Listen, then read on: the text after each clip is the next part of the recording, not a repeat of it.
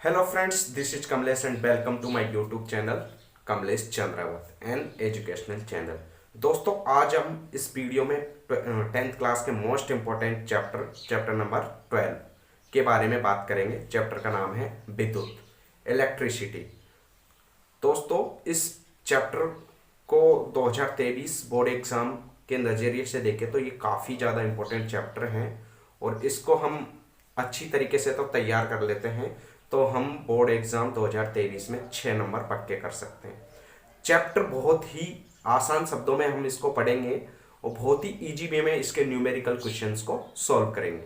तो दोस्तों इस चैप्टर में हम कम से कम 6-7 टॉपिकों को कवर करेंगे। स्टार्टिंग में हम विद्युत धारा के बारे में पढ़ेंगे, फिर उसके बाद में परिपथ के बारे में पढ़ेंगे। परिपथ, खुला परिपथ, बंद परिपथ, विद्युत परिपथ कैसे काम करता है उसके बारे में बात करेंगे। उसके बाद में हम कुछ प्रतीक चिन्हों के बारे में बात करेंगे, जैसे बल्ब का प्रतीक चिन्ह क्या है, प्रतिरोध का प्रतीक क्या है ना, वोल्ट मीटर का प्रतीक क्या है, एमीटर, ऐसे कुछ प्रतीकों के बारे में बात करेंगे। उसके बाद में हम विभव और विभवांतर के बारे में पढ़ेंगे। विभव क्या है, विभवांतर क्या है, क्या दोनों एक ही हैं, क्या अलग अलग हैं, इनका मात्रक क्या है, इन सब के बारे में बात करेंगे। उसके बाद में हम पढ़ेंगे most important topic, Ohm's law, Ohm का नियम। तो ओम का नियम इस चैप्टर में काफी इंपॉर्टेंट है और ओम का नियम विद्युत धारा और विभवांतर के बीच में जो संबंध का ग्राफ है उसको भी हम पढ़ेंगे। उसके बाद में ओम्स लॉ में जो प्रतिरोध आता है तो उस प्रतिरोधों के निकायों का संयोजन भी हम इस चैप्टर में पढ़ेंगे। कितने प्रकार से इनको संयोजित कर सकते हैं, इनका परिणामी प्रतिरोध क्या आएगा संयोजन पे। तो श्रेणी क्रम संयोजन यानी कि सीरीज वाइज कॉम्बिनेशन, एंड उसके बाद में हम पढ़ेंगे समांतर क्रम या पार्षद क्रम संयोजन यानी कि पैरेलल वाइज कॉम्बिनेशन। उसके बाद में हम पढ़ेंगे इसमें अगला टॉपिक आ जाएगा विद्युत धारा का तापीय प्रभाव। विद्युत धारा का तापीय प्रभाव का हमारे दैनिक जीवन में क्या उपयोग है, व्यवहारिक जीवन में। उसके बाद में हम पढ़ेंगे विद्युत शक्ति, विद्युत ऊर्जा और इसके कुछ न्यूमेरिकल्स क्वेश्चन हम सॉल्व करेंगे। तो दोस्तों इस चैप्टर को हम बड़े ही ईजी शब्दों में, बड़े ही आसान शब्दों में धीरे धीरे टॉपिक्स वाइज कवर करते जाएंगे और आप उम्मीद करता हूँ आपको ये अच्छे से समझ में आएगा और आप इसको तैयार कर लेंगे तो आप बोर्ड एग्जाम 2023 साइंस विषय का चैप्टर नंबर 12 में अच्छा स्कोर कर सकते हो और मतलब ओवरऑल साइंस में भी आप अच्छे स्कोर कर सकते हो। क्योंकि अब मुश्किल से हमारे पास बचे 3 महीने से ज़्यादा, 3.5 महीना। तो 3 महीने यानी कि लास्ट 90 दिन की रणनीति में हम कैसे तैयारी करेंगे उसके बारे में बात भी हम बीच बीच में करते रहेंगे और टॉपिक्स वाइज हम कवर करते रहेंगे। ठीक है दोस्तों, तो चलते हैं। आज का हमारा टॉपिक है विद्युत धारा। तो विद्युत धारा के बारे में हम देखते हैं कि विद्युत धारा होती क्या है और इसको हम कैसे परिभाषित करते हैं और इसका जो डेरिवेटिव करके क्या फॉर्मूला इसका आता है। तो हम देखेंगे विद्युत धारा। तो विद्युत धारा किसी विद्युत परिपथ में, कोई भी विद्युत परिपथ में आवेशों के प्रवाह की दर को हम क्या कहेंगे, विद्युत धारा। यानी कि किसी विद्युत परिपथ में आवेश किस गति से प्रभावित हो रहे उनकी दर को ही हम क्या कहेंगे, विद्युत धारा। क्या कहेंगे, विद्युत धारा। किसी विद्युत परिपथ में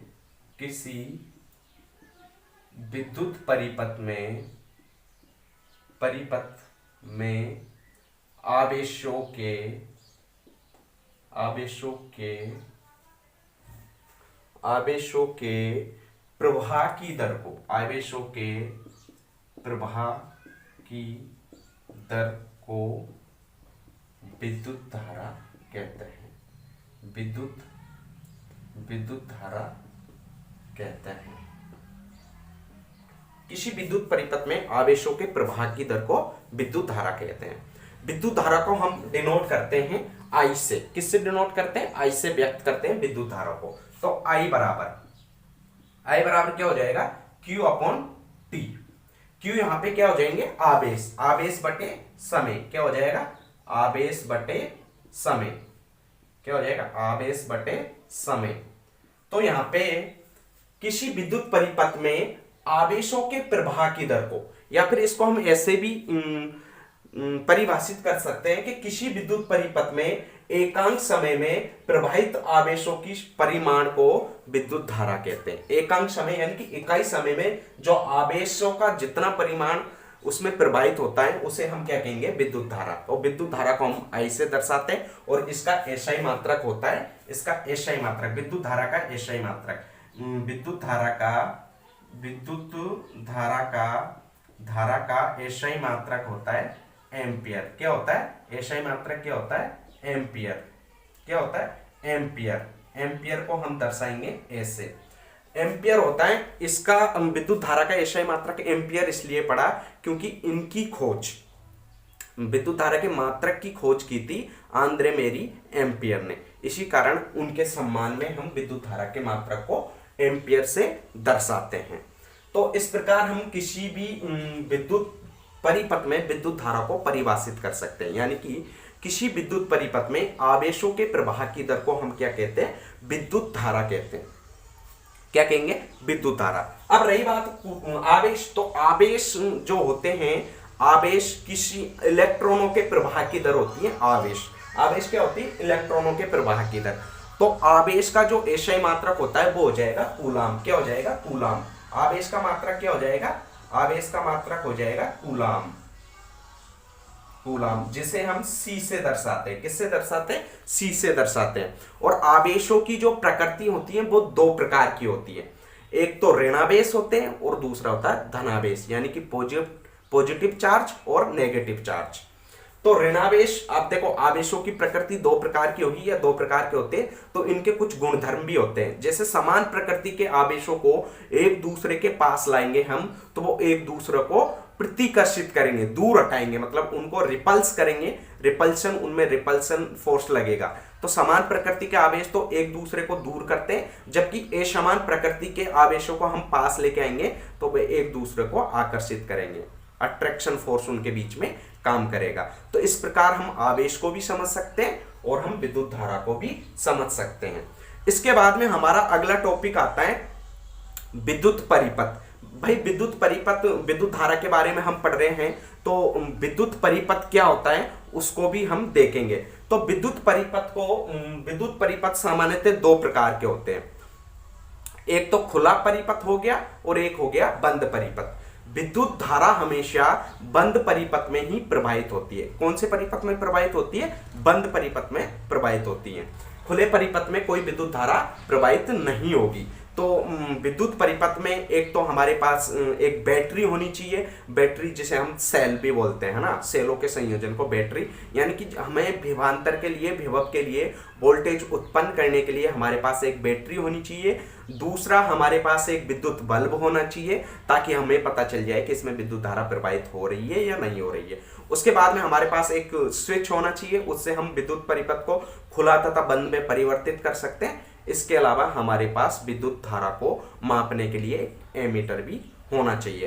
तो इस प्रकार हम विद्युत, इन सभी चीजों को, इन सभी उपकरणों को श्रेणी क्रम में जोड़कर हम एक छोटा सा विद्युत परिपथ तैयार कर सकते हैं। तो देखते हैं हम तैयार करते हैं विद्युत परिपथ। तो विद्युत परिपथ के लिए सबसे पहले हम छोटा सा एक आरेख बनाते हैं। तो आरेख बनाते देखते हैं।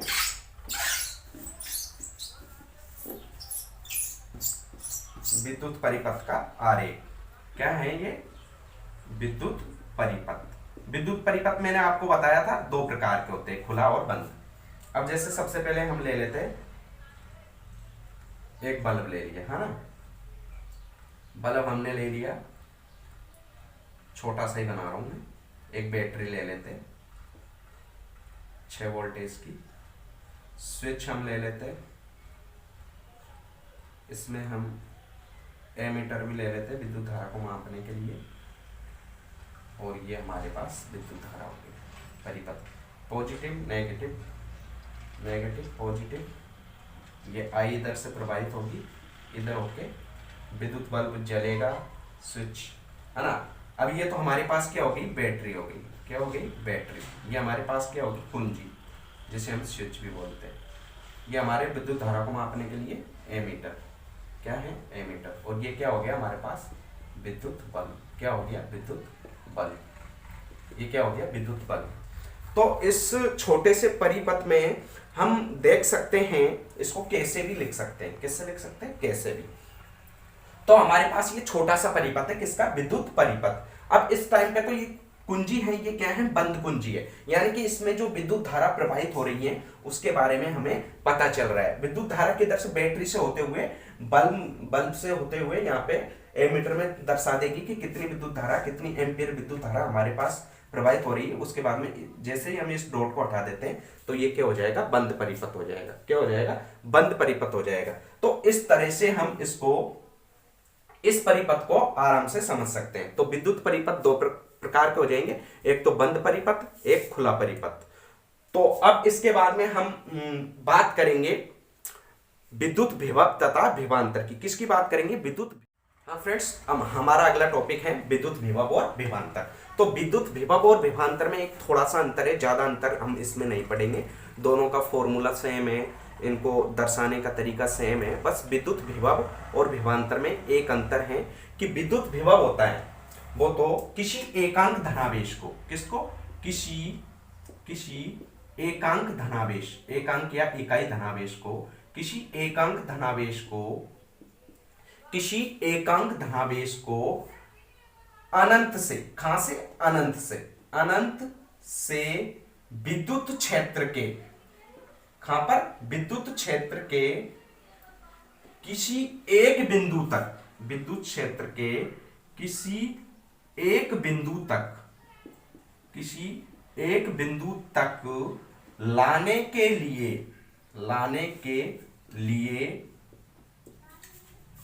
किया गया कार्य, क्या, लाने के लिए किया गया कार्य क्या कहलाएगा, किया गया कार्य विद्युत विभव कहलाएगा। क्या कहलाएगा, विद्युत विभव कहलाएगा। किसी एकांक धनावेश को, एकांक धनावेश यानी यूनिट चार्ज को अनंत से, यानी जैसे हमारा विद्युत क्षेत्र क्या है, ये हमारा विद्युत क्षेत्र है, इस पे कोई बिंदु है, हम एकांक धनावेश को यहां पे लेके आ रहे हैं, यहां तक, है ना। तो ये विद्युत क्षेत्र है, विद्युत क्षेत्र के किसी एक बिंदु पर एकांक धनावेश को लाने के लिए जो कार्य किया जाता है उसे हम क्या कहेंगे, विद्युत विभव कहेंगे। क्या कहेंगे, विद्युत विभव। जबकि विद्युत विभवांतर ये होता है किसी एकांक धनावेश को विद्युत क्षेत्र के एक बिंदु से दूसरे बिंदु तक लाने के लिए। अब जैसे हमारे पास ये पूरा विद्युत क्षेत्र है, तो एकांक धनावेश मानो पहले यहां पर था, ए पॉइंट पर था, फिर उसको हम बी पॉइंट तक लाने के लिए, विद्युत क्षेत्र के बी बिंदु तक लाने के लिए जो कार्य करते हैं, जो कार्य किया जाएगा उसे हम क्या कहेंगे, विद्युत विभवांतर कहेंगे। तो दोस्तों इसमें थोड़ा सा ही डिफरेंस है, दोनों का फॉर्मूला सेम है, सब कुछ सेम है, बस थोड़ा सा डिफरेंस है। क्या है, विद्युत विभव तो हो गया किसी एकांक धनावेश को अनंत से विद्युत क्षेत्र के किसी एक बिंदु तक लाने के लिए जो कार्य किया जाता है उसे तो हम कहेंगे विद्युत विभव। जबकि विभवांतर, विद्युत विभवांतर क्या कहलाएगा, किसी एकांक धनावेश को विद्युत क्षेत्र के ही, वो तो अनंत से लेके आ रहे हैं, जबकि विद्युत विभवांतर में क्या करेंगे, किसी भी एकांक धनावेश को विद्युत क्षेत्र के किसी एक बिंदु से दूसरे बिंदु तक लाने के लिए जो कार्य किया जाता है उसे हम क्या कहेंगे, विद्युत विभवांतर कहेंगे। क्या कहेंगे, विद्युत विभवांतर कहेंगे। तो इसकी परिभाषा लिख लो, इसकी परिभाषा क्या हो जाएगा, इसकी परिभाषा हो जाएगी किसी एकांक धनावेश को विद्युत क्षेत्र के किसी एक बिंदु से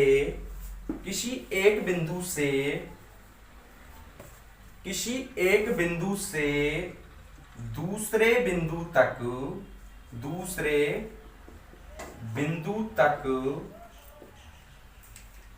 लाने के लिए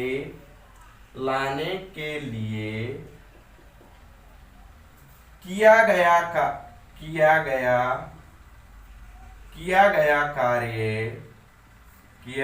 कार्य विद्युत विभवांतर कहलाता है, विद्युत विभवांतर कहलाता है। क्या कहलाएगा, विद्युत विभवांतर कहलाता है। तो इस प्रकार से हम विद्युत विभव और विभवांतर में थोड़ा सा अंतर को समझ सकते हैं। उसके बाद में इनका हमारा फॉर्मूला आ जाएगा, दो बिंदुओं के बीच विभवांतर, जैसे बिंदु ए और बी के बीच में विभवांतर, तो दो बिंदुओं के बीच में विभवांतर क्या हो जाएगा, दो बिंदुओं के बीच दो बिंदुओं के दो बिंदुओं के बीच विभवांतर बी, विभवांतर बी, बी बराबर क्या हो जाएगा, किया गया कार्य बटा एकांक आवेश, क्या हो जाएगा, किया गया कार्य बटे आवेश, क्या हो जाएगा, किया गया कार्य बटे आवेश, यानी कि B बराबर क्या हो जाएगा, W अपॉन Q, क्या हो जाएगा, W अपॉन Q। तो इस प्रकार से हम विद्युत विभव और विभवांतर के बीच में अंतर को समझ सकते हैं। थोड़ा सा अंतर है, विद्युत विभव में तो हम एकांक धनावेश को अनंत से लेके आ रहे हैं, इन्फिनिटी से लेके आ रहे हैं, जबकि विद्युत विभवांतर में एकांक धनावेश को विद्युत क्षेत्र के ही किसी एक बिंदु से दूसरे बिंदु तक लेकर आ रहे हैं, और उन दोनों में जो कार्य किया जा रहा है उसे हम क्या कहेंगे, विद्युत विभवांतर या विद्युत विभव कहेंगे। अब आती है विद्युत विभवांतर का एसआई मात्रक क्या होता है। तो विद्युत विभवांतर का एसआई मात्रक होता है वोल्ट, क्या होता है, वोल्ट। वोल्ट इसलिए, इसके एसआई मात्रक वोल्ट इसलिए कहा गया है क्योंकि विद्युत विभवांतर अलेसांद्रो वोल्टा के नाम पर इसका जो मात्रक है उसको हमने क्या नाम दे दिया, वोल्ट दे दिया, क्योंकि विद्युत विभव की खोज है, इसके मात्रक की खोज है वो किसने की थी, अलेसांद्रो वोल्ट ने। तो विद्युत विभवांतर का मात्रक हो जाएगा वोल्ट, क्या हो जाएगा, वोल्ट, जिसे हम V से या वोल्ट से डिनोट करते हैं, जबकि विभवांतर को कैपिटल V से हम व्यक्त करते हैं। अब हमने जो विभवांतर का फॉर्मूला पढ़ा था, वोल्ट बराबर V बराबर W अपॉन Q, क्या पढ़ा था, W अपॉन Q, और हमारे पास जो मात्रक आया वो आ गया वोल्ट आ गया, क्या आ गया, वोल्ट आ गया, जिसको इटली के वैज्ञानिक उन्होंने इनको दिया था, इटली के वैज्ञानिकों का नाम है अलेसांद्रो वोल्टा। उसके बाद में हम पढ़ेंगे एक वोल्ट की परिभाषा, क्या पढ़ेंगे, एक वोल्ट की परिभाषा। तो एक वोल्ट बराबर क्या हो जाएगा, एक जूल, है ना, एक जूल कार्य, है ना, एक जूल या एक वर्क की एनर्जी जूल ही होती है, वर्क का जो मात्रक होता है वो जूल, तो एक जूल बटे क्या हो जाएगा, एक आवेश, एक कूलाम, क्या हो जाएगा, एक कूलाम। तो एक वोल्ट बराबर हो जाएगा एक जूल बटे एक कूलाम, यानी कि 1J अपॉन 1C। तो ये किसके बराबर हो जाएगा, एक वोल्ट के बराबर हो जाएगा।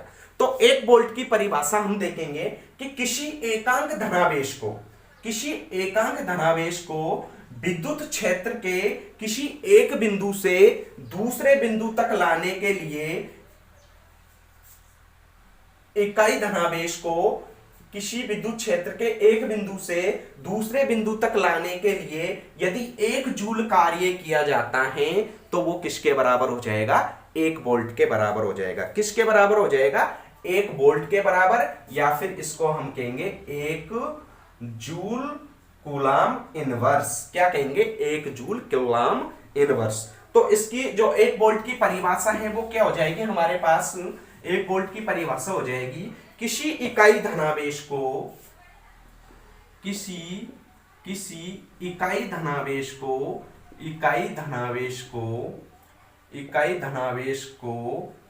विद्युत क्षेत्र के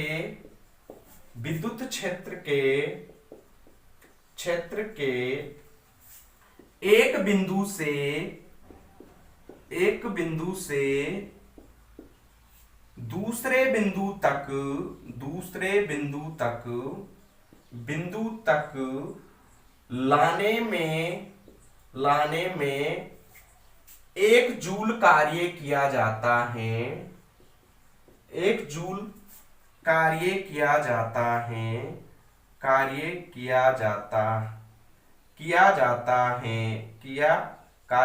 जाता है तो उसे एक वोल्ट कहते हैं। यह हमारे पास एक वोल्ट की परिभाषा हो जाएगी कि किसी इकाई धनावेश को विद्युत क्षेत्र के किसी एक बिंदु से दूसरे बिंदु तक लाने के लिए यदि 1 जूल का कार्य किया जाता है तो वो किसके बराबर हो जाएगा? 1 वोल्ट के बराबर हो जाएगा, या 1 जूल कूलाम इनवर्स के बराबर हो जाएगा। इसी प्रकार हम पिछले जो हमने विद्युत धारा की परिभाषा पढ़ी थी उसमें हम 1 एम्पियर की परिभाषा को भी लिखना भूल गए थे, तो उसको भी हम यहां पर देख लेते हैं। उसके बाद में हम इन दोनों से रिलेटेड हम न्यूमेरिकल क्वेश्चन करेंगे। क्या करेंगे? Numerical question. उसके बाद में हम ओम्स लॉ पढ़ेंगे। तो एक एम्पियर की परिभाषा क्या हो जाएगी? 1 एम्पियर। तो 1 एम्पियर हमने जो विद्युत आई बराबर पढ़ा था Q अपॉन टी। तो 1 एम्पियर यानी कि इसको ऐसे 1 एम्पियर बराबर हो जाएगा Q कितना? 1 कूलाम। कितना? 1 कूलाम। और समय कितना आ जाएगा? 1 सेकेंड। तो 1 एम्पियर की जो परिभाषा होगी हमारे पास वो हो जाएगी, किसी भी विद्युत परिपथ में यदि इकाई समय में 1 कूलाम आवेश प्रवाहित होते हैं, इकाई समय में यानी कि 1 सेकंड में या प्रति सेकंड में यदि 1 कूलाम आवेश का परिमाण प्रवाहित होता है तो वो जो उसमें धारा प्रवाहित होगी वो किसके बराबर होगी? 1 एम्पियर के बराबर होगी। किसके बराबर हो जाएगी वो धारा? 1 एम्पियर के बराबर। किसी भी विद्युत परिपथ में यदि इकाई समय में 1 कूलाम आवेश के परिमाण प्रवाहित होते हैं तो उसमें प्रवाहित होने वाली धारा किसके बराबर हो जाएगी? 1 एम्पियर के बराबर हो जाएगी। तो इस प्रकार हम 1 एम्पियर की धारा को समझ सकते हैं और 1 वोल्ट विभवांतर 1 वोल्ट को भी समझ सकते हैं। तो हमने इस टॉपिक में विभवांतर के बारे में पढ़ा, विभव के बारे में पढ़ा, विद्युत धारा के बारे में पढ़ा। उसके बाद में हमने पढ़ा था विद्युत परिपथ कैसे होते हैं, आवेशों के बारे में पढ़ा। अब हम इनसे रिलेटेड कुछ न्यूमेरिकल क्वेश्चन देखते हैं। तो हमारा चैप्टर नंबर 12 का ही है फर्स्ट एग्जाम्पल। फर्स्ट एग्जाम्पल कौन सा है? जो हम विद्युत धारा से रिलेटेड पढ़ रहे थे। तो एग्जाम्पल नंबर 12.1 है, 12.1 एग्जाम्पल है। मैं आपको पढ़ के सुनाऊंगा, लिखूंगा नहीं। एग्जाम्पल है 12.1। एग्जाम्पल में दे रखा है, किसी विद्युत बल्ब के तंतु में से, किसी विद्युत बल्ब है उसके तंतु में से 0.5 एम्पियर की विद्युत धारा 10 मिनट तक प्रवाहित होती है, तो विद्युत परिपथ से प्रवाहित आवेश का परिमाण ज्ञात करना है। तो हमें कोई विद्युत परिपथ दे रखा है, उसमें एक विद्युत बल्ब लगा रखा है, उससे हमें क्या दे रखा है? दिया हुआ है। जैसे हम लिख देंगे यहां पे दिया हुआ है। क्या क्या दे रखा है? विद्युत धारा दे रखी है, यानी कि कितनी विद्युत धारा उससे प्रवाहित हो रही है। तो हमें आई दे रखा है कितना? 0.5 एम्पियर। उसके बाद में हमें दे रखा है कि टाइम दे रखा है कि 10 मिनट के लिए वो विद्युत धारा प्रवाहित होती है। तो समय दे रखा है, समय कितना दे रखा है? 10 मिनट, 10 मिनट। और हमें ज्ञात करना है कि उस विद्युत परिपथ से कितने आवेश परिमाण प्रवाहित हुआ, यानी कि हमें क्या ज्ञात करना है? आवेश ज्ञात करना है। क्या ज्ञात करना है? आवेश। तो दोस्तों हमें पता है, हमने जो विद्युत धारा की परिभाषा पढ़ी थी उससे हम आई बराबर निकाल सकते हैं। तो हम जानते हैं कि आई बराबर क्या होता है? Q अपॉन टी, यानी कि आवेश बटे समय। अब हमारे पास हमें विद्युत धारा दे रखी है, समय दे रखा, हमें आवेश ज्ञात करना है। तो Q बराबर क्या हो जाएगा? I गुणा टी। क्या हो जाएगा? I गुणा टी, आई टी। Q बराबर आई टी, यानी कि क्विट कर देंगे हम, है ना। ये थोड़ा सा याद करने का तरीका हो जाएगा।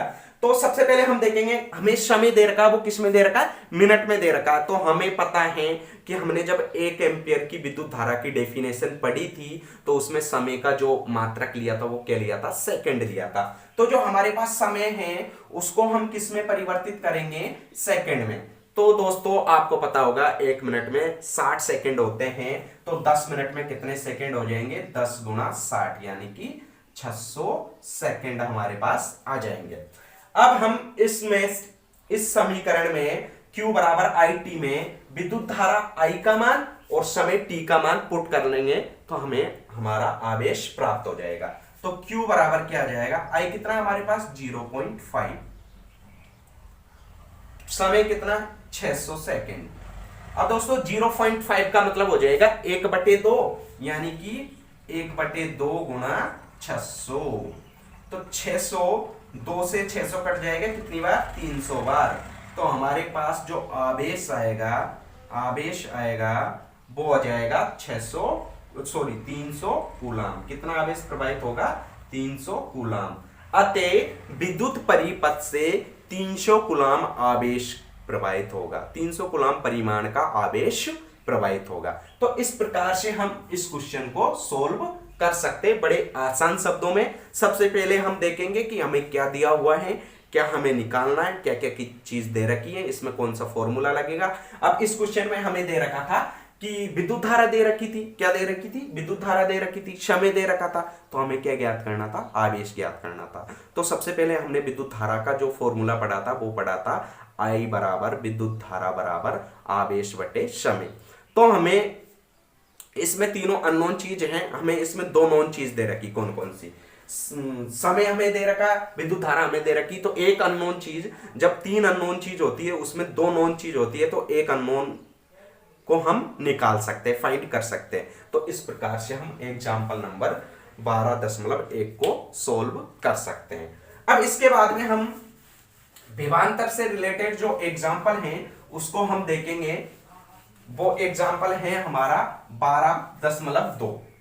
उसको भी मैं आपको पढ़ के सुनाऊंगा, फिर उसके बाद में हम उसको सोल्व करेंगे। तो हमें 12.2 एग्जाम्पल हमसे बोल रहा है, कह रहा है कि 12 वोल्ट विभवांतर के दो बिंदुओं के बीच 2 कूलाम आवेश को ले जाने के लिए कितना कार्य किया जाएगा। तो इसमें भी हमें विभवांतर दे रखा है, 12 वोल्ट का विभवांतर, दो बिंदुओं के बीच में 2 कूलाम आवेश को ले जाने के लिए कितना कार्य किया जाएगा। तो हमें सबसे पहले वही हम कहेंगे कि दिया हुआ है, क्या क्या चीजें हमें दी हुई है। दिया हुआ है, क्या क्या दे रखा है? विभवांतर दे रखा है, विभवांतर बी दे रखा है, कितना दे रखा है? 12 वोल्ट। आवेश दे रखा है, क्या दे रखा है? आवेश क्यू दे रखा है, कितना दे रखा है? 2 कूलाम। ज्ञात क्या करना है? हमें ज्ञात करना है, क्या ज्ञात करना है? ज्ञात करना है हमें कितना कार्य किया जाएगा। ज्ञात करना है कार्य, क्या ज्ञात करना है? कार्य, W हमें ज्ञात करना है।